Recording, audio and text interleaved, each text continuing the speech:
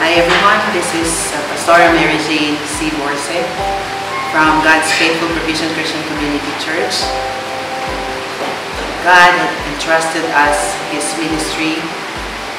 Binigyan niya tayo ng mission and vision to seek the lost and let them know Christ is the way of salvation, and also teaching them and training them to obey the will of God and to become future leaders in the future. And we are so blessed, mga kapatid.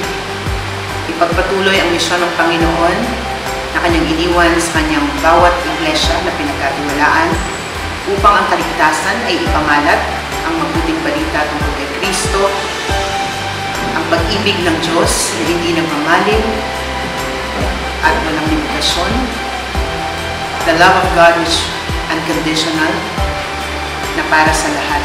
Ikinagagalak po kami na patuloy na maging kasangkapan ng Panginoon upang patuloy na ipadama at ipamalita ang pag-ibig na ito sa sangkatauhan. We are now in our 17th year of the ministry, and still the zeal of the Holy Spirit is still burning and keep on burning in our hearts to share the good news about Jesus Christ, that He is the way, the truth, and the life. And if you're looking for a church, a family, and a home to be with, who will accept you and love you, our church in Macapagal Street is always open for you. You are always welcome to join us at God's Faithful Provision Christian Community. We're having our Sunday service every 9:30 in the morning, every Sundays.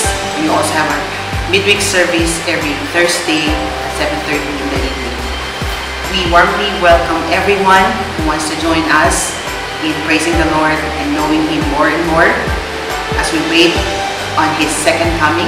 Let us all together serve the Lord and share His good news.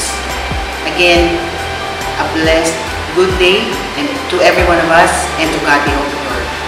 This is your servant, Pastor Mary Jane Borse, wishing you all a very blessed and spirit-filled day to everyone. Thank you very much.